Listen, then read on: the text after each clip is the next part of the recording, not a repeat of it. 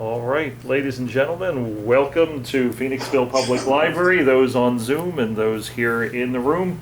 I'm Mark Pinto, the Adult Services Director here, and we are pleased to have with us tonight a local author who's really not a stranger to Phoenixville Library audiences through her appearances at the open mic nights that we've had here. But who you might find out a little bit more about tonight through the several recent books that she's published and will be speaking about tonight. So, Theresa, we are glad to have you here, and Thank you. The floor is yours. Thank you. This is my most recent book for, I guess it goes this way, right? Okay, you guys are up there. I'm looking over here because there's a screen, so that's what this is about.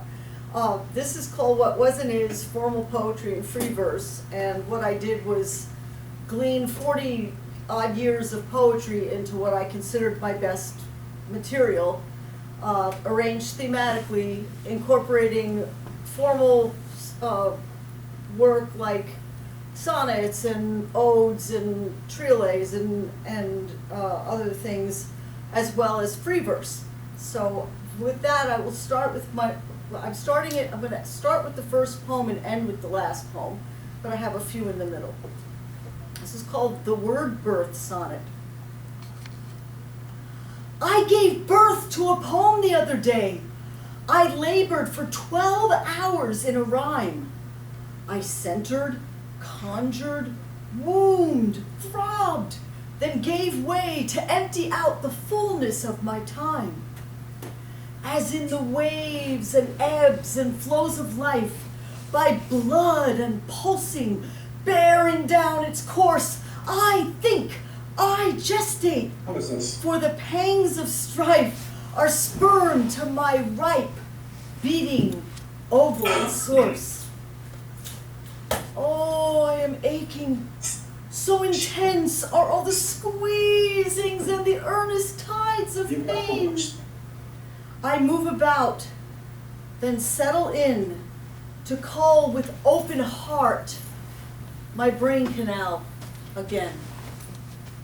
For writing is the labor of the mind, and I have birthed my children all in kind. Thank you. Okay. This next one is I was just going to do a set of 3 here. This is also about writing. It's called Pen to Paper. A sensory experience for me, a treat for fingers, nose, and ears and eyes. It is within the birth of poetry. The senses help to make the common wise. For there is beauty where and how I write. There is a wealth of loveliness in store. The stirring of my faculties gives sight, and then I see much more than heretofore.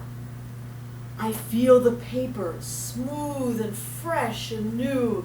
I see the blackness coming from the pen.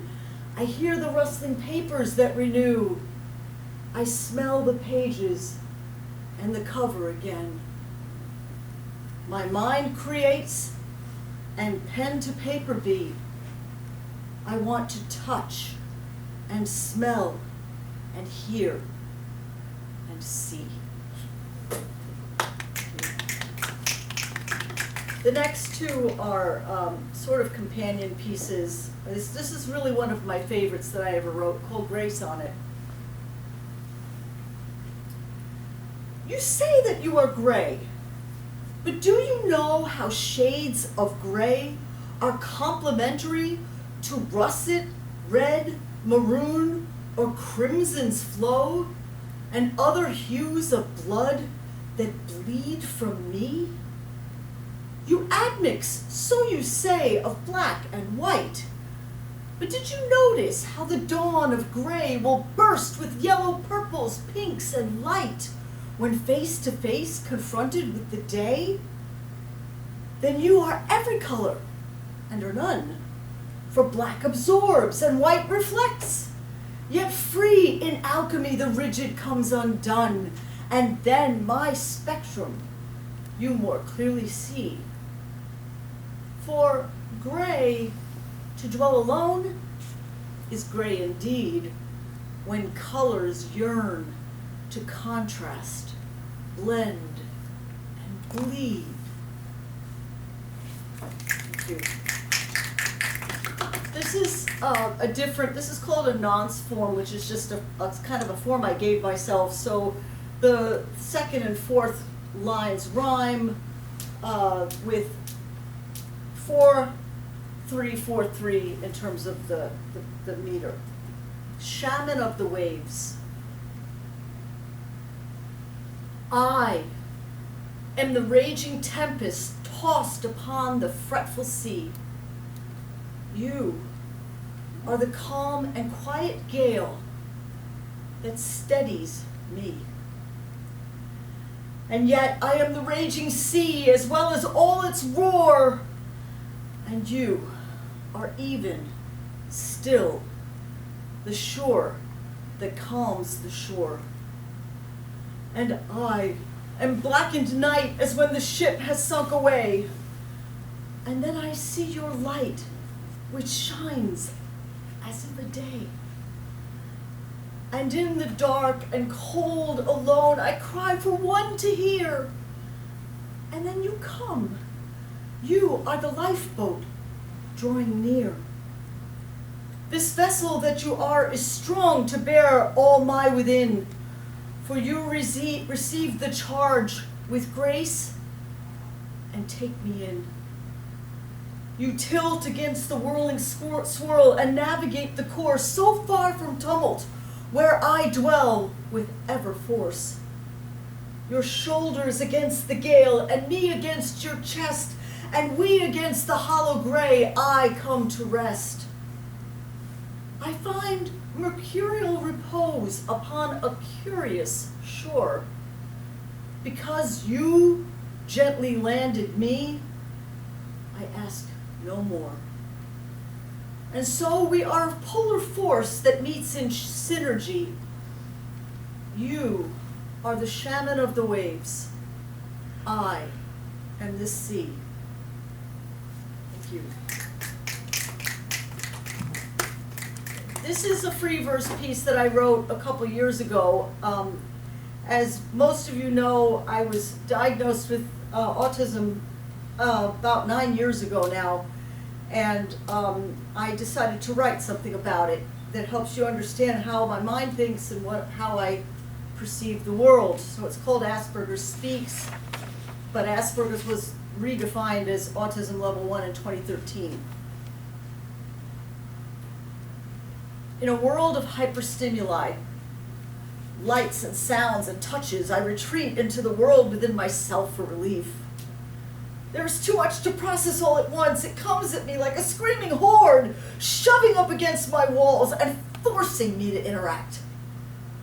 There's too much to process all at once. Oh, sorry. Why interact? Most talk like that is stupid, pointless, irrational. If you do not care how I am today, why do you ask me how I am? Just say good morning or hello. It is this stupid, slow world where I move faster, think better, process factually that frustrates me. And when you talk, do you really understand? Why is it that we misalign? Why do I misperceive what you are saying? Is this why you are frustrated with me? Why is my voice too loud? My speech too intense? Why do you think I'm being rude when I'm just annoyed? You do not like the things I like, the things that interest me, and I could talk unimpeded for hours about these very interesting things, unless you stopped me. It could be canals, or a Shakespearean authorship issue, or points of linguistics, or the study of late antiquity, or Jewish history, or poetry. My poetry. You do not understand the tiny things that matter so much to me, or why they do. Why I must tell you every detail, every minutia, why I have to explain, must explain everything, every little thing. My mental world is overloaded, and then I go outside, and the world is overloaded, and then I can do no more. At times it seems I do not even care, because in that moment it is simply not available for me to care. But inside myself, my heart is wide and deep, so deep that I have to shut it off in order to get through the interactions into which I must engage. Why has it been so hard to walk into a store or interact in public? Must I always play the game? Must I always act, pretend, and be somebody else just to buy something? My mind explodes with ideas, thoughts, learning and logic, connections and observations.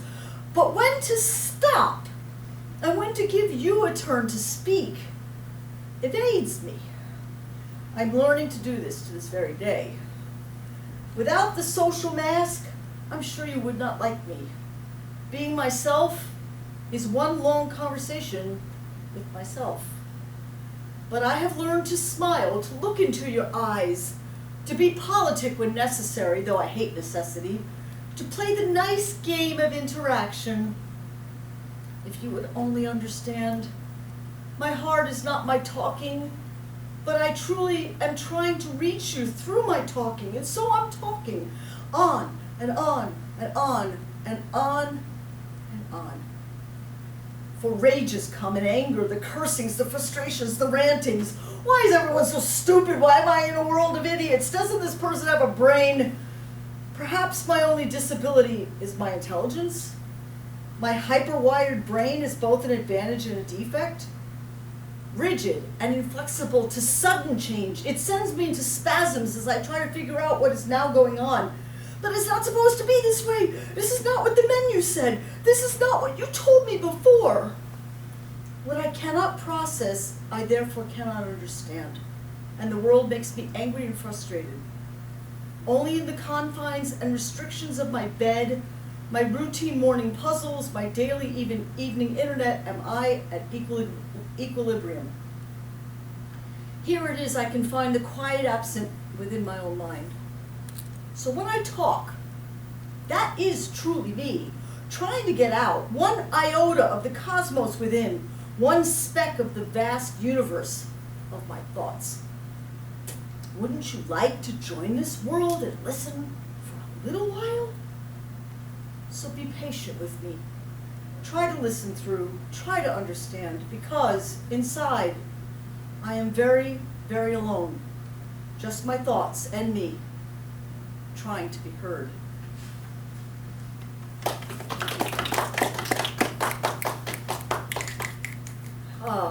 On a more serious note, maybe that was already serious, but I wanted to, I want to see what the time is here. What I want to, I'm debating here. Okay. There was a little boy that lived in Annville, Pennsylvania, which was near where my children grew up. He was found in May 2020, dead in his home, where he had been starved, imprisoned in a dark room, and beaten for years. His name was Maxwell Schollenberger. He was 12 years old. A child was deprived of everything. He spent his life in darkness, all alone, without the love that from a heart should spring, but he had none. A normal life unknown. They found his body lying on the bed, covered in excrement, no clothes to wear. He was not sheltered lovingly, nor fed, not a soul to give him any care. The room was dark, the windows boarded up, and not the semblance of a shaft of light. The only drink, a dirty plastic cup, a bit of water, and no food in sight. For he was so deprived, his body weighed a fraction of what it meant to be. His muscles never moved. He never played. How great the state of his infirmity. But this was not but a day, but was years that he was held, a prisoner of hell. And no one cared to wipe away his tears. The very air possessed a putrid smell, and there he lived, if you could call it life. day after day, year after wretched year, alone in stinking darkness, a state rife with such abominations and such fear, for he would cry and scream if someone came. He knew the source of all his hurt and pain. These demons from the molten pit became his torturers, and there he would remain in living, dying hell. Oh, precious boy, you never got to live and run and play. You never had a simple toy or got to see the brightness of the day. And as I think, what most surprises me is that for 12 long years he lived somehow. He lay in dark and filth, in misery. Oh, how I wish that he were cared for now. For he was starved and beaten on the day, and he was at the end killed by a blow. Combined with body weakness, passed away, the only human contact he would know. At least it seems that justice will prevail, and these two monsters that imprisoned him are now in turn imprisoned in a jail, where I do hope their punishment is grim. Oh, dear sweet boy, I do expect you know the joy of love now. With the angels bright you are abiding, where young children go, and such past wrongs in heaven are made right. Thank you.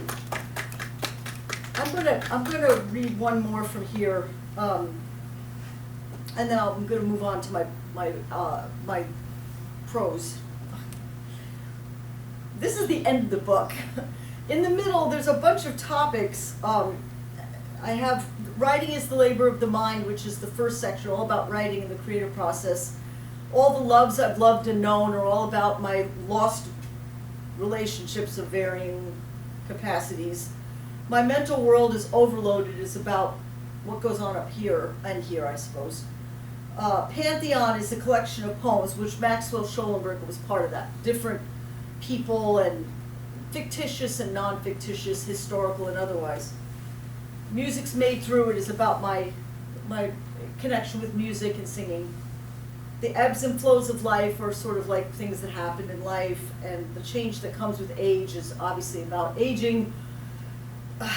And Ever Towards Uncertainty is the great changes in my spiritual life over the last few years and where I am at as the publication of this work. So with that, I end my little sampler of what was and is with so many times. So many times I have been wrong before, when I was certain that my way was right. But now I'm not so certain anymore, for wisdom earns its place within hindsight. I used to think that what belonged to me and what I thought and felt and thus believed was truth, although I have begun to see how oft I was egregiously deceived. For rule and ordinance, dogma, verity, practice, tenet, doctrine, sacrament, custom, credo, ideology immix into a morass of dissent. The only truths seem, as I age, to be devolving ever towards uncertainty. Thank you. Okay, so this is my book I wrote a long time ago called When Adoption Fails, but I finally got it in a decent format. I added some material to it, and I was adopted, so I grew up with this very interesting adopted family. I'm going to start it sort of in the middle and read a little bit about it. We've got some time, so I will read a little. This is from the chapter called, no, I guess I'm going to start from the beginning. It's called Growing Up Adopted. I've always felt that I was on the outside of a clear paned glass, looking in at activities within a functioning world, but not being able to get in or participate. Yet to the viewer at casual glance, it must have seemed as if I really could, since they didn't see the invisible barrier separating us. I wasn't one of those children who was quickly and briskly adopted from birth from a mother who perhaps never got to touch, let alone smell or kiss or nurse her baby. No. My birth mother, Bobby, wasn't just a conduit for the fulfillment of dreams that belonged to a richer, more affluent mother. She had been my mother, young as she was, mustering all of her nearly 17 years to try and to want me and to keep me. I had been with her for a little over 2 months before she gave me up. And when she did, I began what was a series of asthmatic attacks and lung conditions which abated only when I was finally adopted into the Arlick home. I do think I mourned her death as a baby. I remember being cold. Inside of me are those cries of panic and fear. They've never left me. Even in middle age, I can almost remember some remote sensation of being alone in the cold, crying every time I get into a hot bathtub. Okay, I'm going to skip ahead a little. I was with the Howard family, the foster family that took me in from the age of about 2.5 months to 13 months. But I was taken from them abruptly, so in truth I lost 2 mothers before I was barely a year old. By the time I came to the Arlocks, I was a little blonde-haired, blue-eyed baby, very desirable, as the agency note says. But if the first year of life makes you who you are, as many psychologists assert, then who I am was a series of rugs pulled out from underneath me, or having security taken from me, or grasping my fists into the dry, open air. Okay, I'm going to skip ahead a little bit. Ed was my adoptive father, so I'm going to tell you that before I tell you about this. Ed once told me that the reason he could not love me was that the day they came to adopt me, he reached out to pick me up. I resisted. I don't know too many babies who, having just been removed from the only home they'd known just a few days before, would probably like being touched by a strange man. But since I recoiled at his first encounter with me, he decided, according to his own testimony, that he was not going to love me after that.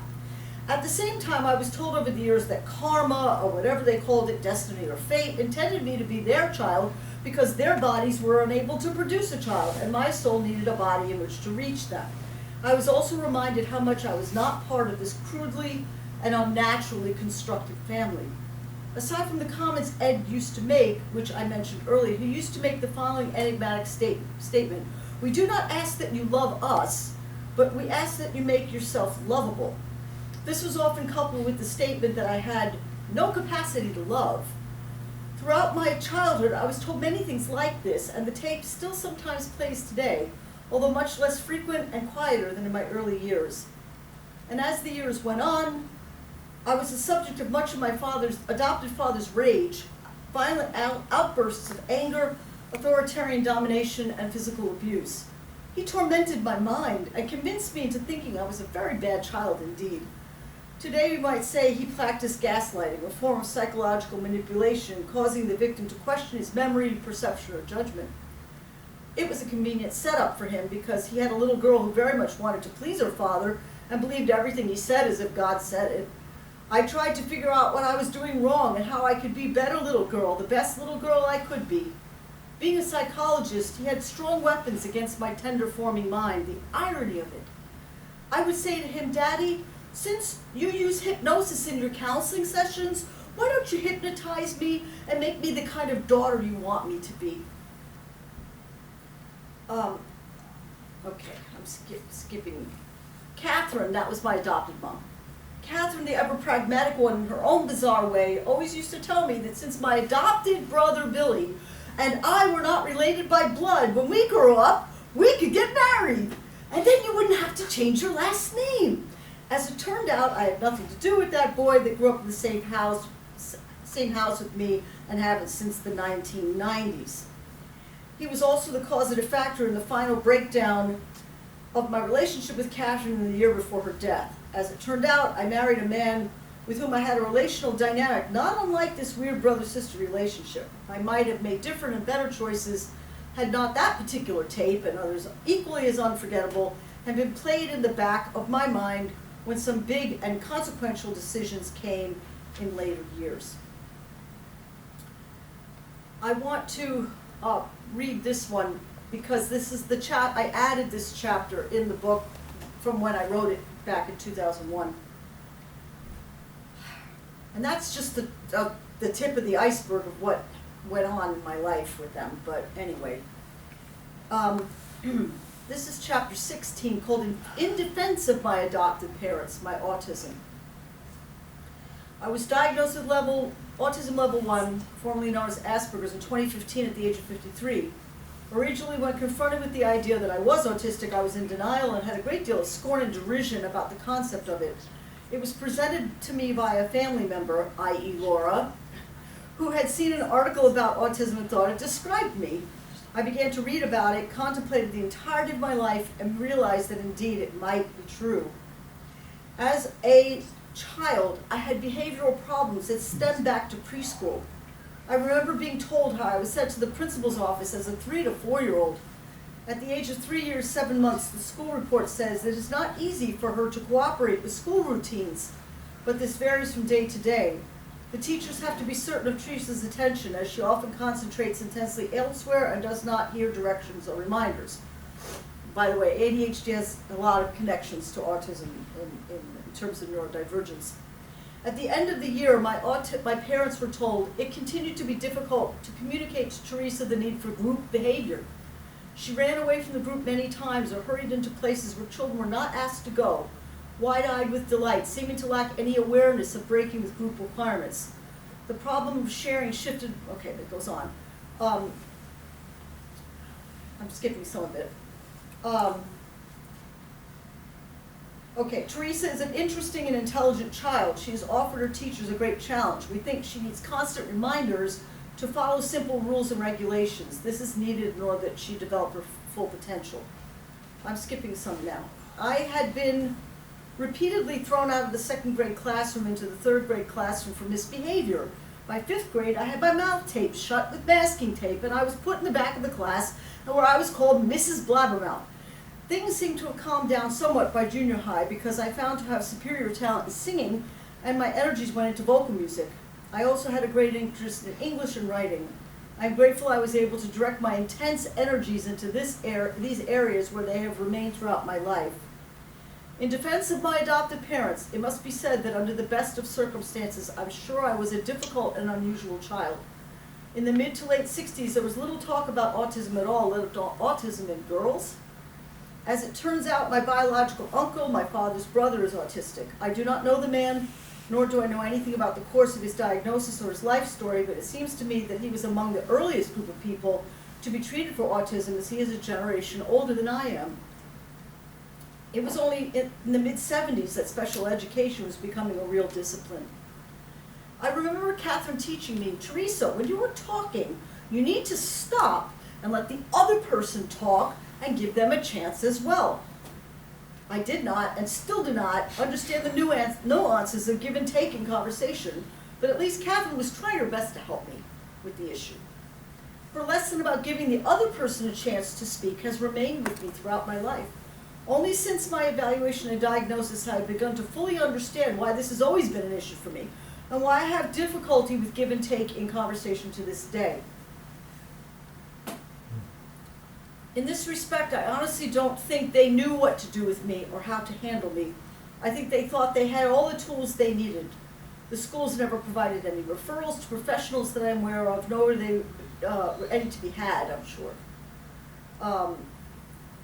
Because the school felt that Ed, being a psychologist, I was in good hands with him, so to speak, he would be able to figure out everything by himself, but how foolish and ignorant they were if that was the case.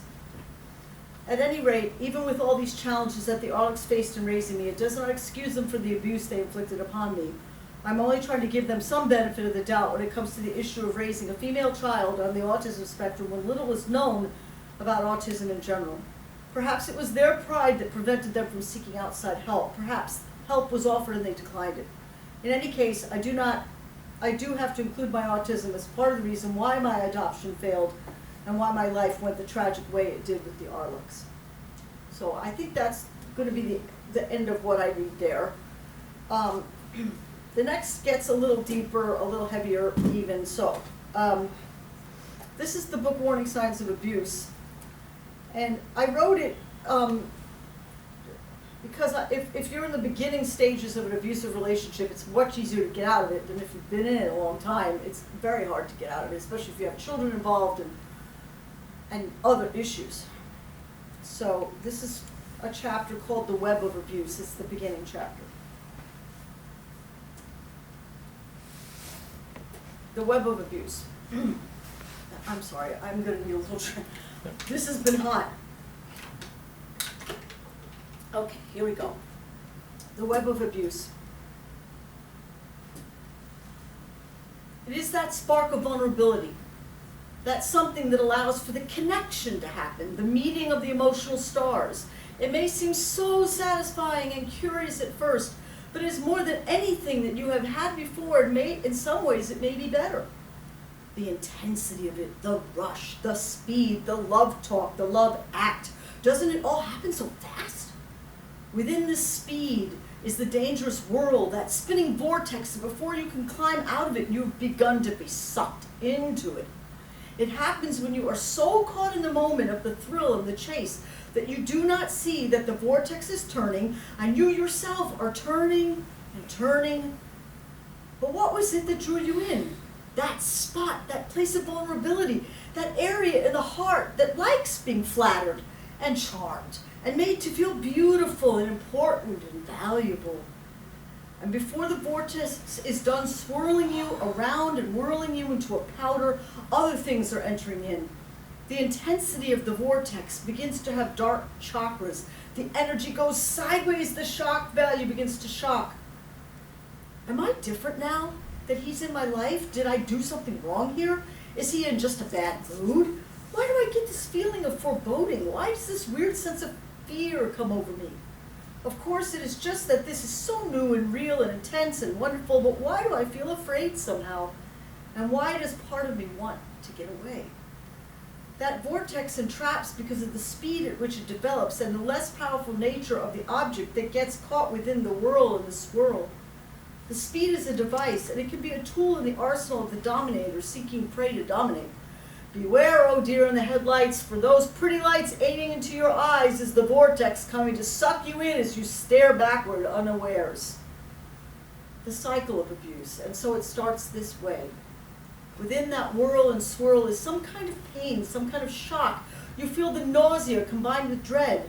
Maybe I can't go on these kinds of rides. Maybe I'm not cut out for them. Maybe I should try something else or sit this out a while.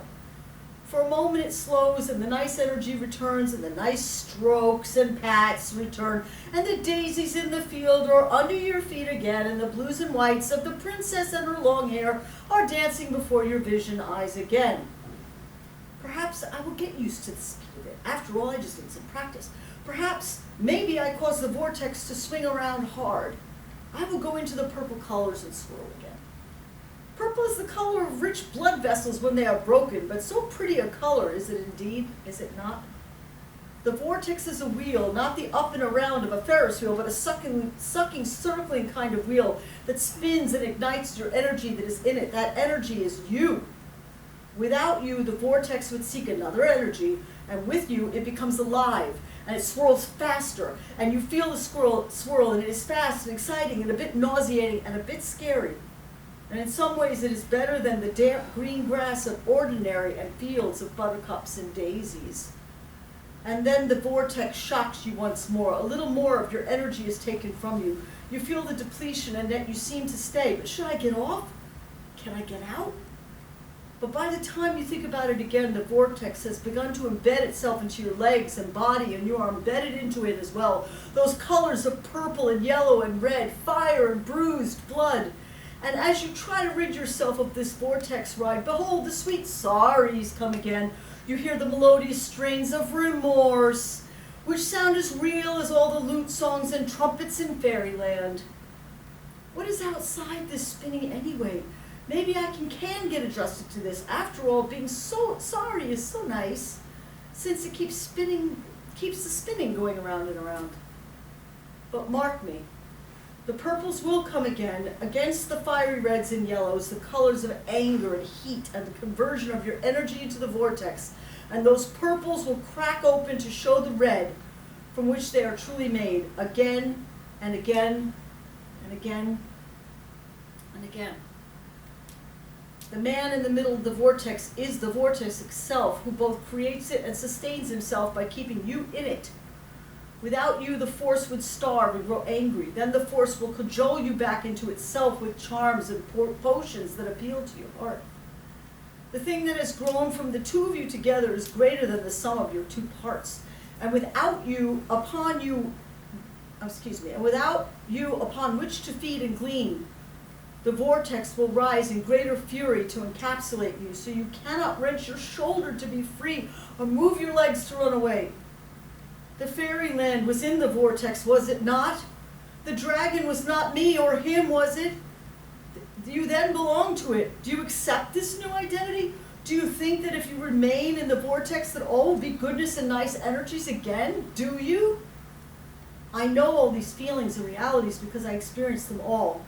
The whirlwind beginning, the emotional state of vulnerability I was in at the time, the intensity of the movement of the relationship so early on, getting into a ride that was going so fast I did not realize how far I was getting into it from the old world of normal until I was so enmeshed in it I found it hard to get away. My mind had been already altered to think differently. My ears had been acclimated to hearing cursings and put-downs, and eventually when the purple bruises came, I somehow thought I deserved them, and that I made them happen somehow. And when the red roses of repentance came in a bundle, I would relent and return again.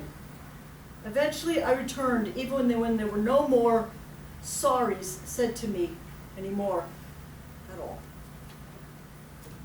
So that's the beginning of this. But there's a lot of practical information in it besides me talking about my life story, because I have practical information in there as well.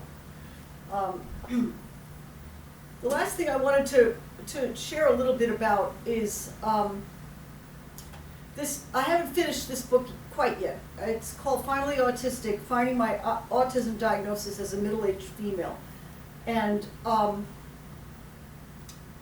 it's just a personal story. I think people who maybe know somebody who's on the autism spectrum or is neurodivergent in any way and maybe got a diagnosis, it might be helpful to them to hear it. I should have it, I want to have it done by my birthday in July, but it might not be done till the summer, I don't know. But this is just a proof sample. So this is called Chapter 1, Growing Up Autistic. I was always different from everyone around me.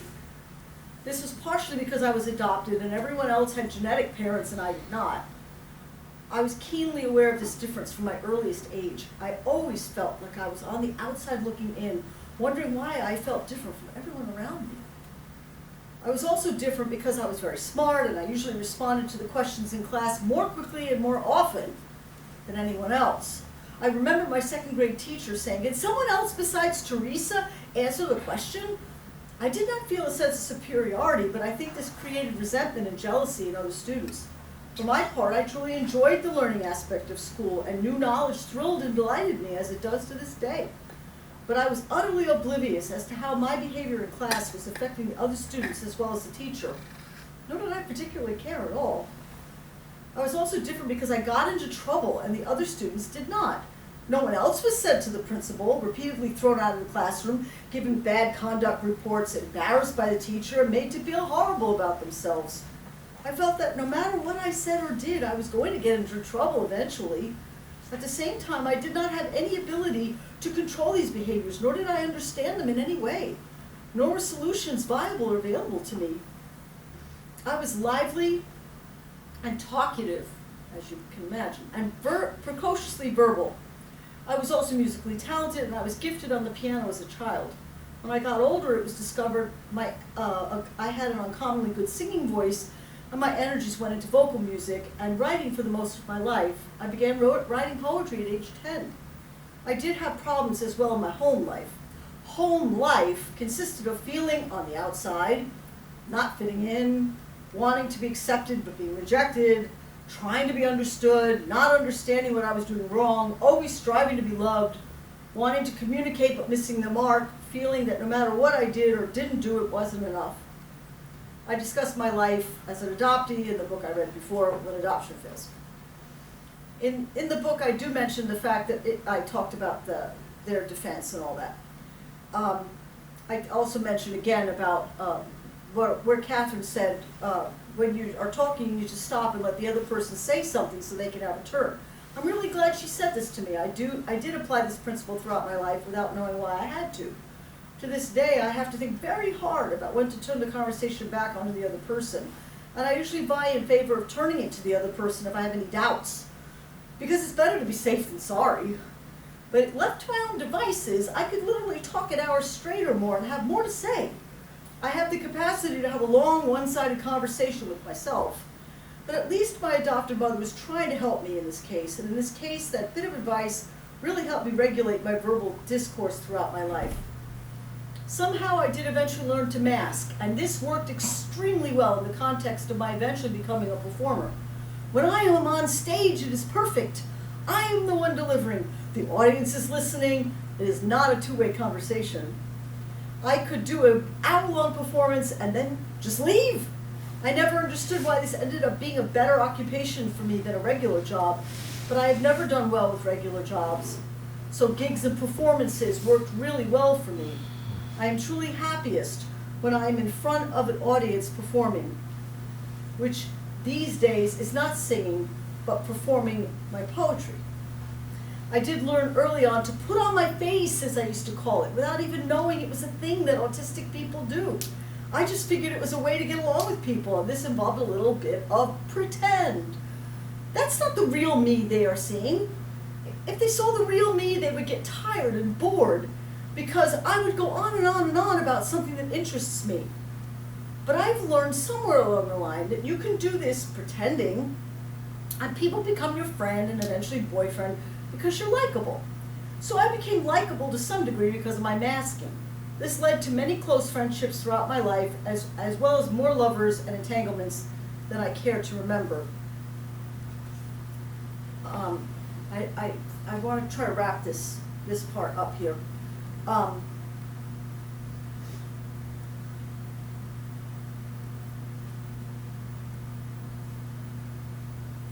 Sorry, I'm just looking here. Okay. I somehow remained a happy and optimistic child, even though I had so many behavioral problems at school and difficulties at home. I always looked forward to each day with anticipation and expectation. I loved learning, as I still do, and I loved doing creative projects, like making Indian bead bracelets, paper mache figurines, and learning to sew.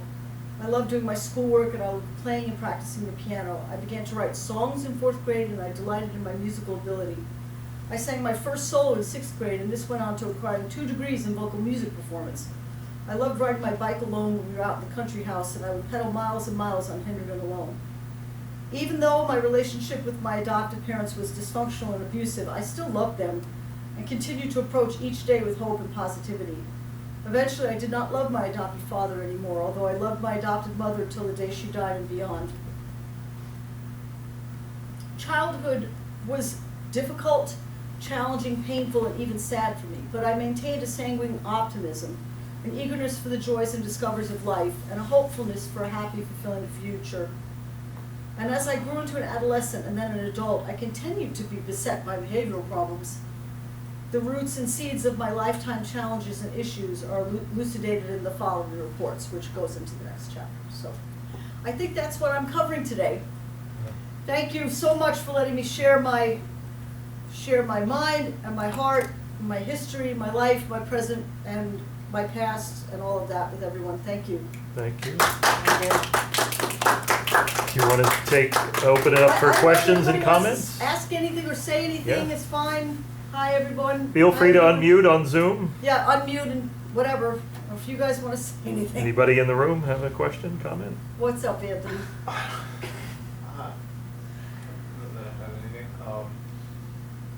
Theresa, I really enjoyed your poems about your creative process. Oh, yes. What is your writing routine like? I Because I don't see you're very I prolific. wish I had one now, but I used to, sometimes I just get periods of extreme creativity, you know, and then I'm writing a whole bunch of poems in order, you know, like, but it doesn't happen all the time. I think sometimes you have to discipline yourself to do it, but I'm not very disciplined. So I grab it, if I have that creative, the muse they call it, or the inspiration, whatever, then I'll grab it and try to use it at that time. But I haven't written anything in quite a while. I mean, poem-wise, I haven't written a poem in a couple of years now. That's weird, but I think I lost my muse. What about for your prose, though? What's your process for writing out? Well, that's more methodical. I mean, I definitely outline what I'm planning on doing. To some extent, I have an outline in my mind before I'm going to even sit down to write. It makes it much easier. It almost writes itself. Like if I'm doing a book review, which I've done a number of book reviews, I will extract out examples from the person's poetry. It's usually poetry that I'm reviewing, but poetry, and then I'll write my just 1 or 2 words of what I'm thinking about it, and then I use those as the basis for constructing the entire review. So it's kind of like bits and pieces to construct a whole, I guess, I would say. Okay. Hi, honey. For the people who maybe listen who aren't aware of like autism and the process to get diagnosed, can you share the story of how you discovered you were autistic and then what you had to go through to get the formal diagnosis? Well, my son Anthony's wife, my daughter-in-law, Laura, was in college and was reading about autism in her psychology textbook, and she said something to Anthony. She said, this sounds like your mom. And so Anthony called me one day and he said, Lauren was reading this thing about autism. She said it sounded like you. I said, bull crap, that's not me. That's I'm bipolar. I don't have autism. Because many people, especially women, who might be on the autism spectrum are diagnosed with something else, usually bipolar disorder. Because if you see the way I normally talk, it's kind of fast and could be construed as manic. So they would say, oh, she's manic, so therefore, and because I got depressed at some points in my life, therefore I'm bipolar, which is understandable if they didn't have autism on their radar at all in terms of how to diagnose someone. So, and especially with women, and I was an older woman, well, I was in my 20s when I was first diagnosed with bipolar, so that was what I went with half my life I went with that. And I was on all these medications, and I gained weight, and some of them were effective, and some of them definitely were not effective. But anyway, after that, I began to think about it, and I said, okay, I'll check this out and see if this is, a bunch of crap or not. And I did those online tests, see if you are, and believe it or not, it actually came back very uncomfortably familiar to me, and I was like, oh my God, could this actually be true? And I said, does that, I wasn't even at the point of trying to understand my childhood or what had happened to me as a kid or the problems that I was having in public situations mostly that I deal with, and I didn't know. So, but I was just at the point of trying to accept that possibly this is what the problem was. So then I read a bunch about it, and I was like, okay, now I think that might really actually be true. So I had gone to one facility, and they said, well, unless you get your bipolar under control, as if they can still consider that, then we won't evaluate you for autism. And I didn't accept that. So I went to yet another facility where a psychologist who specializes in autism, that's what she does all day, is diagnose people. We had a very nice interview, and anyway, that's all in the book. It's in Finally Autistic, all the reports and stuff, especially the stuff that happened from grade school. I'm fortunate enough that I have those reports from grade school, from junior high, and from preschool. It's pretty remarkable that I have all that. So it came handy putting this book together. So I had this long talk with this diagnosis with Dr. Pearl, and then I got this thing in the mail, I guess a couple weeks later or whatever, and then she laid it all out and explained to me that it was level 1 autism, and I guess I felt vindicated in some strange way, because I was like, okay, well that explains a lot of things.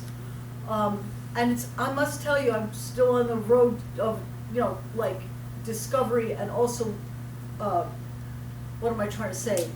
In looking in retrospect, what has happened in my life that might have been a result of the autism, or is it from something else? And I'm not trying to use it as a crutch by any means, or some sort of like label where I can, be the neurodivergent flavor of the month. I don't believe in that. So what I'm saying is it's been a challenge for me. I know that it's been a challenge for my children, who have been incredibly patient with me and very, very loving, and they've taken it in their stride as well. Yes, honey.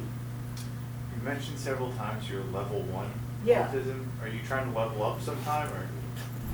What does that even mean?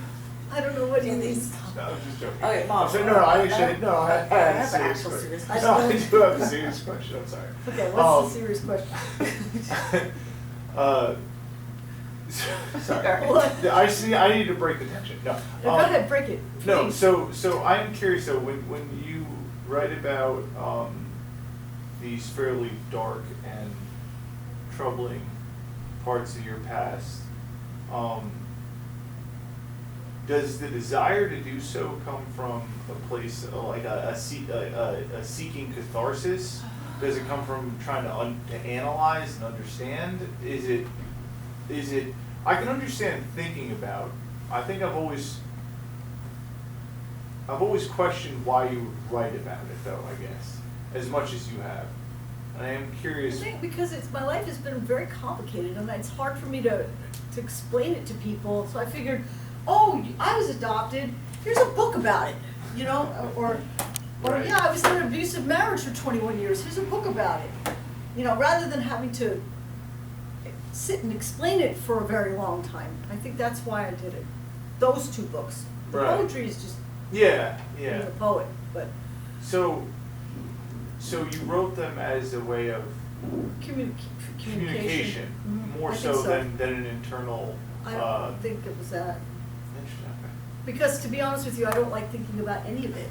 I'm glad I really would rather not think about it at all. Ever. Honestly. Never. I don't like to talk about it.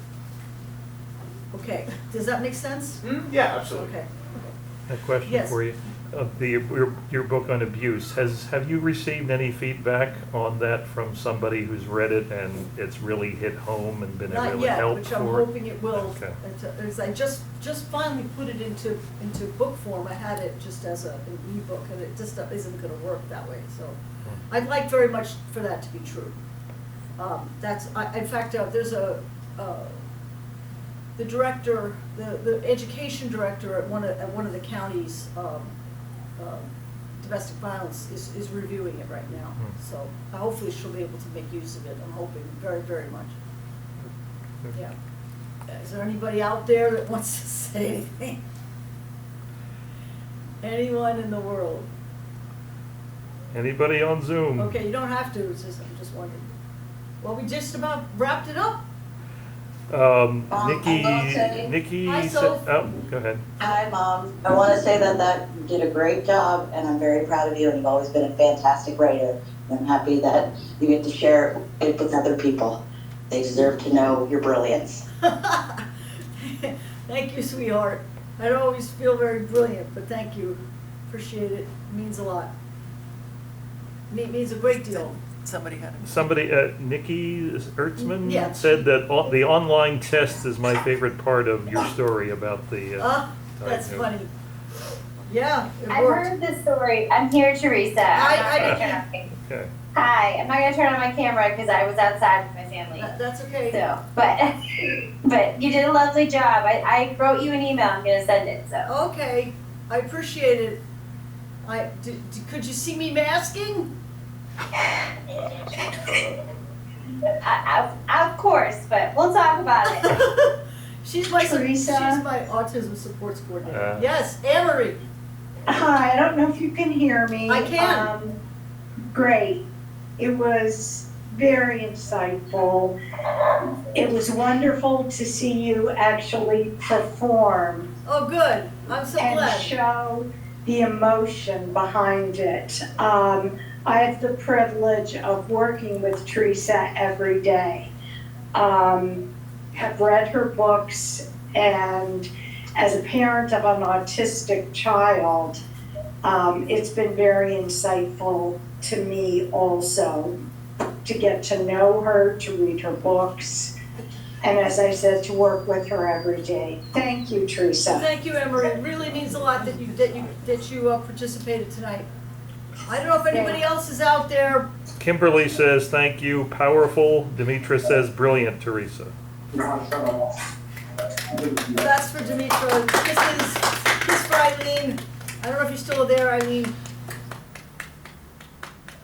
Okay, is that it? And of course, you know her books are available on Amazon. Oh yes, everything's available on Amazon, but go to my website, theresawerba.com. That's There we it. go. Great. I changed it, so it's very simple to find it. theresawerba.com. Everything's there. All right. Thanks Thank you, again. Teresa. Thanks for everyone tuning in on Zoom and those of you who showed up here Thank in the you. library. Thank you. Bye.